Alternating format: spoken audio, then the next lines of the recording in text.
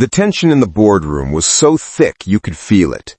Billionaire Alistair Sterling, a man who'd built an empire on nothing but grit and gut instinct, calmly looked over the faces of his most trusted executives. These were the men he had relied on for over 20 years, his right and left hands. And now, they were walking right into a trap he'd set just for them. They fiddled with their pens, shuffled their papers, and had absolutely no idea. They didn't know that their spectacular downfall wasn't because of a corporate spy or some secret audit. No, it was all thanks to the simple, honest word of a 7-year-old girl. And in just a few minutes, her innocent observation was about to cost them everything. Alistair Sterling was a titan of industry. He'd started with nothing, fueled by a dream and an almost supernatural knack for seeing opportunities no one else did. His company, Sterling Industries, wasn't just a business, it was a skyscraper-sized monument to his own ambition. But over the years, as success piled up, Alistair had allowed himself a luxury he'd never had before: trust. He trusted Marcus Thorne, his COO, a seasoned veteran who'd been there from the start, and he trusted Julian Vance, his CFO, a numbers guy who could make any balance sheet look like a work of art. They weren't just colleagues. Alistair thought of them as family. But this kingdom had a quiet observer.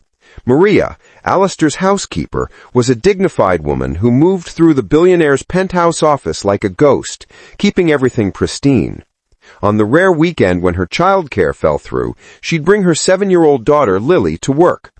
Lily was a bright, curious kid who would sit quietly in a corner of Alistair's massive office, her whole world unfolding in her coloring books. She was just a small island of innocence in a sea of corporate power. One Saturday, while her mom polished the huge windows, Lily was coloring a garden. The office was supposed to be empty. But then the door clicked open. Marcus and Julian walked in, their voices low and urgent. They didn't even see the little girl tucked away behind a big leather armchair. They thought they were alone. Lily watched, her crayon frozen in her hand, as the two men strode to Alistair's desk. Marcus held a bright blue folder, and Julian held one just like it, but in a fiery red. With quick, practiced moves, they swapped a thick stock of papers from the blue folder with the papers from the red one. Snapping the folders shut, a grim look of satisfaction passed between them. Julian muttered, "He'll never even see it coming. By the time the ink is dry, it'll be too late." That night, as Maria tucked her into bed, Lily whispered, "Mommy, the men switched the papers." Exhausted, Maria gently shushed her. "What men, sweetie? You must have been dreaming." But Lily wouldn't let it go. "In Mr. Sterling's office, they switched the tummy of the blue folder with the tummy of the red folder." A spike of pure fear went through Maria. Accusing her boss's top executives? That was a death sentence for her job. She couldn't risk it.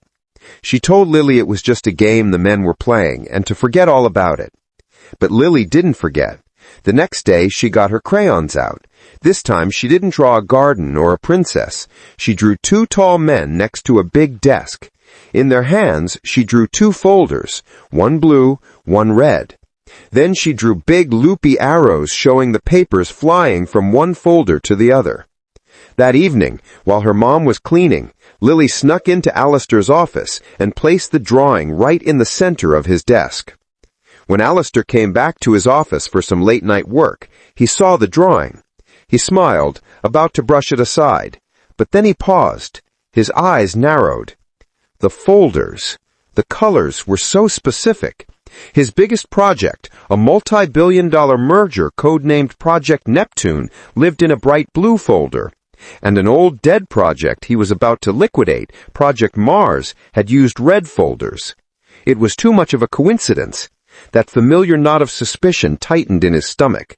He immediately called Maria, keeping his voice casual. "Maria, there's a drawing on my desk. Did Lily leave this here?" Maria's heart pounded in her chest. Trembling, she confessed what Lily had told her, apologizing over and over for her daughter's imagination. But Alistair wasn't listening to the apology. He was listening to the story. He hung up, and the silence in his office was deafening. He had trusted these men for 20 years, but his gut told him a 7-year-old girl had no reason to lie. Alistair Sterling didn't become a billionaire by being naive. He knew a direct confrontation was pointless. They'd just deny it, and he had no real proof. So he decided to play their game, but by his rules. First, he checked the security tapes for his private office. Just as he figured, the camera angle was awful. It showed Marcus and Julian at his desk, but their bodies blocked any clear view of the folders. It wasn't the smoking gun he'd need in court, but it was all the confirmation he needed for himself. The trap began to form in his mind, elegant, simple, and brutal. He knew exactly what they were up to. The real Project Neptune papers had clauses protecting his company. The fakes they'd swapped in were a Trojan horse, designed to let an acquiring company buy a prize tech division for a fraction of its real value. From there, Marcus and Julian would use a hidden shell company to buy those assets back for pennies on the dollar, effectively stealing a billion-dollar division right from under his nose. Alistair spent all night with his personal legal team cooking up a masterpiece. He didn't just switch the papers back. Instead, he created a third set of documents. At a glance, they looked identical to the fraudulent ones his executives had planted. Same low price, same weak clauses. But Alistair made one tiny critical change to the wire transfer instructions, buried deep in the fine print. The payment wasn't going to their shell corporation's account in the Cayman Islands anymore. The new beneficiary was a freshly minted charitable foundation, the Lily Garcia Education Trust. They were about to pull off the heist of a lifetime, only to find out they were giving all the money away. And that brings us back to the boardroom. Marcus, practically buzzing with overconfidence, started the presentation. He walked the board through the final details of the merger, using the very documents he'd planted. Julian chimed in with smooth, reassuring projections about what a brilliant long-term play it was. They were incredible actors, their faces perfect masks of corporate duty. Alistair let them finish. He leaned back in his chair, tapping his fingers together. "A brilliant play, indeed," he said, his voice dangerously quiet. "And you're both absolutely certain these are the best terms. No errors, no miscalculations, no surprises?" Marcus grinned. "None, Alistair. It's perfect. We've been over it 100 times. Alistair's smile was pure ice. "Good," he said, picking up a remote. "Because I was working late and felt inspired by your diligence. I made one small final amendment myself." He clicked the remote, and the document flashed onto the huge screen behind him. He zoomed in on the payment section. The room went dead silent, as the board members read, then a gasp. Marcus and Julian stared at the screen, the color draining from their faces.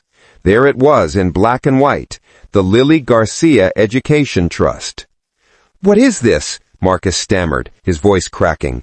"There's a mistake. This isn't the right version." Alistair stood up, his presence filling the room. "The only mistake is thinking I wouldn't find out.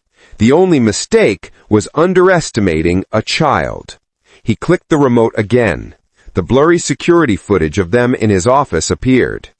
"You lied about being here, but I didn't need this tape." The image changed one last time, now showing Lily's crayon drawing blown up for everyone to see. "A drawing from my housekeeper's 7-year-old daughter. She saw you. She told the truth. And you," he pointed a finger right at them, "are finished." The room exploded into chaos. Marcus and Julian were just frozen, their perfect scheme crumbling around them. Security guards entered and quietly escorted the two men out of the building.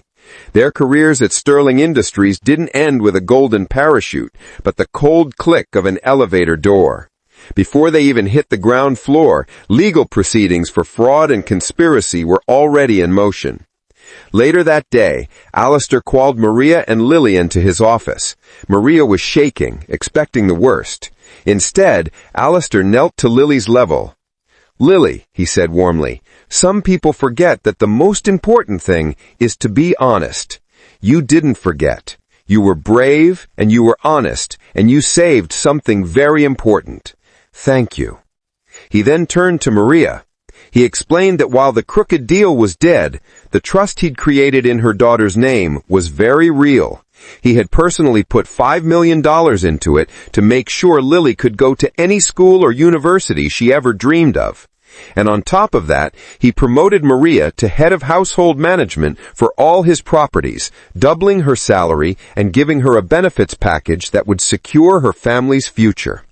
Alistair Sterling built his empire by seeing what other people missed. It turned out to be a lesson he needed to learn all over again. He learned that loyalty isn't guaranteed by years on the job, and that the biggest truth can come from the quietest voices. In the end, two giants of the corporate world were brought down because they were too busy planning their betrayal to notice a little girl coloring in the corner. They had planned for every possibility except the one that mattered most, the simple, unbreakable power of a child's honesty. So what did you think of Alistair's perfect trap? Let us know your thoughts in the comments below.